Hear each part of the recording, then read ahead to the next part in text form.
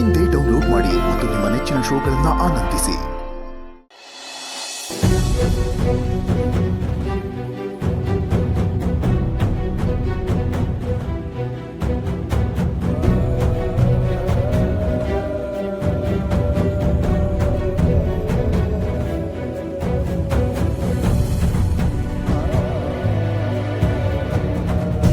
Madam ಅವರೇ, ಯಾಕೆ ನಿಮ್ಮ ಫೋನ್ ಸ್ವಿಚ್ ಆಫ್ ಬರ್ತಿದೆ? ಎಲ್ಲಿದ್ದೀರ ನೀವು? ನನಗೆ ನಿಮ್ಮನ್ನು ನೋಡದೆ ಇರೋಕ್ಕಾಯ್ತಿಲ್ಲ ಮೇಡಮ್ ಅವರೇ. ಬರ್ರೆ ಬನ್ನಿ.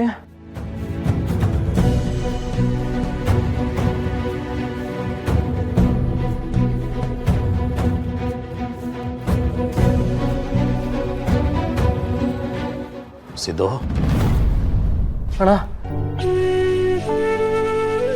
ಅಣ್ಣ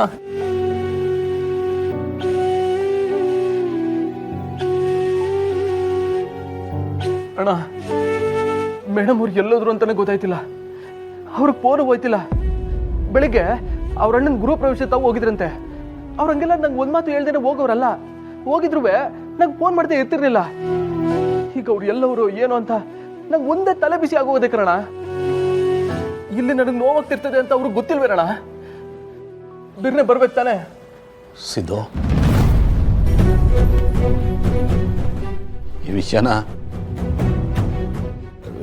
ನಿಂಗೆ ಹೆಂಗೆ ಹೇಳಬೇಕು ಅಂತಲೇ ಗೊತ್ತಾಯ್ತಿಲ್ಲ ಕಲ. ವಿಷಯನ? ಏನು ವಿಷಯ ಅಣ್ಣ? ಅದೇನು ಹೇಳೋಣ. ಸಿದ್ದು, ಇನ್ಮೇಲೆ ಭಾವನವರು ಈ ಮನೆಗೆ ಬರೋಕ್ಕಿಲ್ಲ ಕಲ.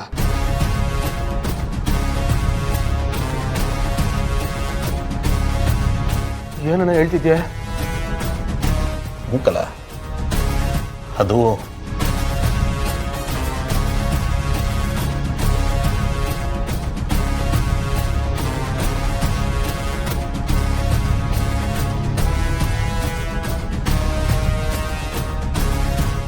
ಇಷ್ಟ ಆಯ್ತು ಕಲಹ. ನಾನು ಎಷ್ಟು ಹೇಳಿದ್ರು ಕೇಳಲೇ ಇಲ್ಲ. ಈ ವಿಷಯನ ಇವಾಗ ಹೇಳ್ತಿದ್ದಿಲ್ಲಣ್ಣ. ನಾನು ಬೆಳಕಿಂದ ಎಲ್ಲೋದ್ರು ಅಂತ ಕೇಳ್ತವನೆ. ಆಗ್ಲೇ ಒಂದ್ ಮಾತು ಹೇಳ್ಬೋದಿತ್ತು ತಾನೆ?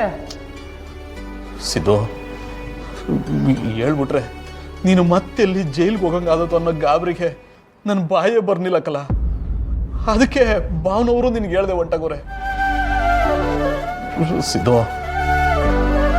ಅಪ್ಪಯ್ಯ ರಾಜಕೀಯನ ಸಂಬಂಧದೊಳಗೂ ತತ್ತವ್ರೆ ಕಲ. ಇದ್ಯಾಕೋ ನಂಗೊಂಚೂರು ಇಷ್ಟ ಆಯ್ತಲ್ಲ.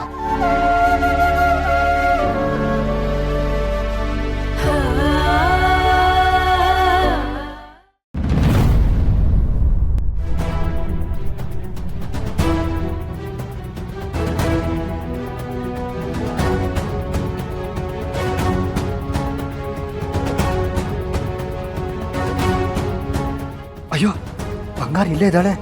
ನಾವು ಮಾತನಾಡಿ ಕೇಳಿಸ್ಕೊಂಡ್ಬಿಟ್ಲ. ರವಿ, ಯಾರವರು? ಯಾಕೆ ಅವ್ರ ಹತ್ರ ಕೂಗಾಡ್ತಿದ್ದ?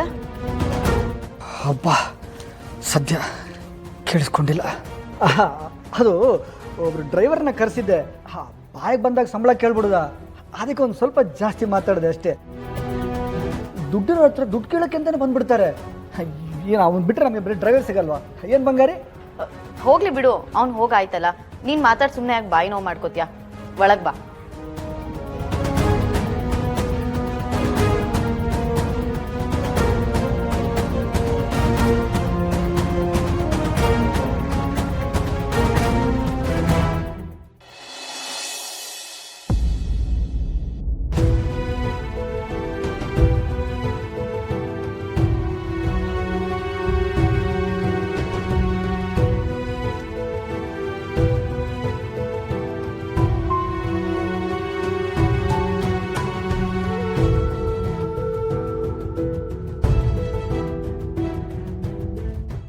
ಭಾವನಾ, ಏನಾಯ್ತು ಮಗಳೇ?